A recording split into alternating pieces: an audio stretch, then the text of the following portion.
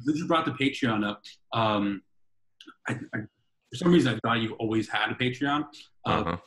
Just signed up for your Patreon page just like in March of this year. And what's really impressive, when I first reached out to you, you already had 133 people or something like that when I first had reached out about doing this interview. But that's already jumped up by an extra 50 people.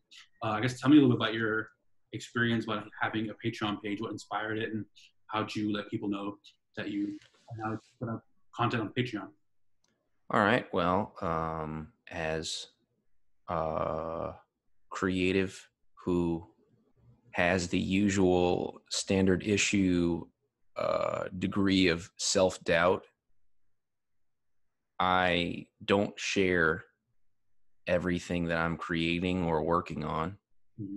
because it wouldn't,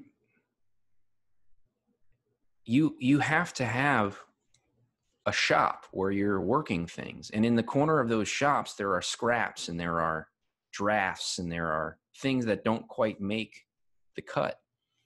Like What's that? that analogy.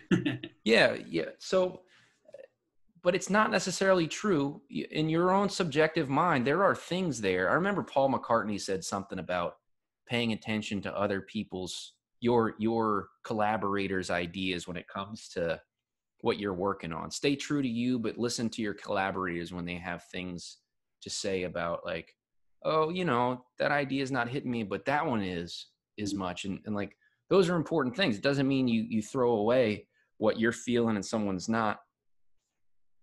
But anyway, there's plenty that I don't share to the general public.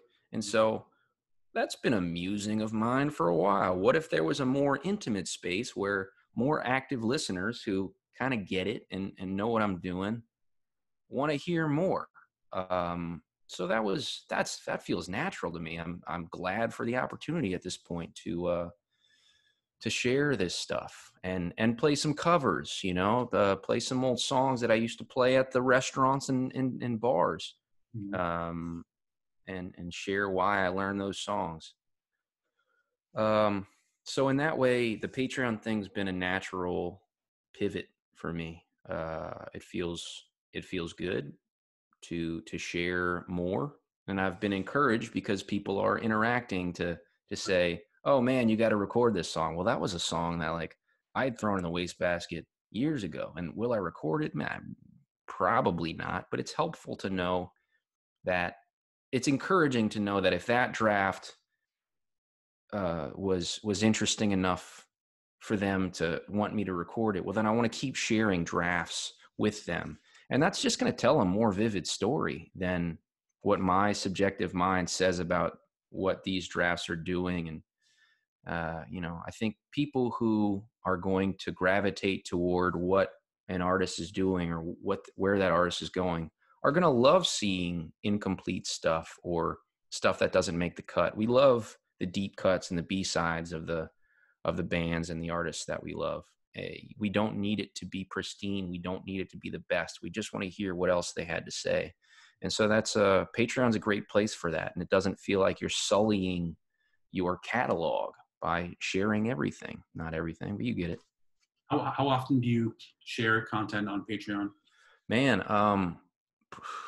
2 or 3 times a week lately. I just have time right now. And so, it's, I want to share 1 or 2 of these quarantine songs is what I'm calling essentially new songs that I've been working on and want to share now that everything's changed. I want to share them as videos, and I'm sharing those to the public on Facebook and YouTube. But I want to share more than that. I want to share some covers. I want to share some songs that aren't necessarily front runners for the record, but that I feel like need a place somewhere.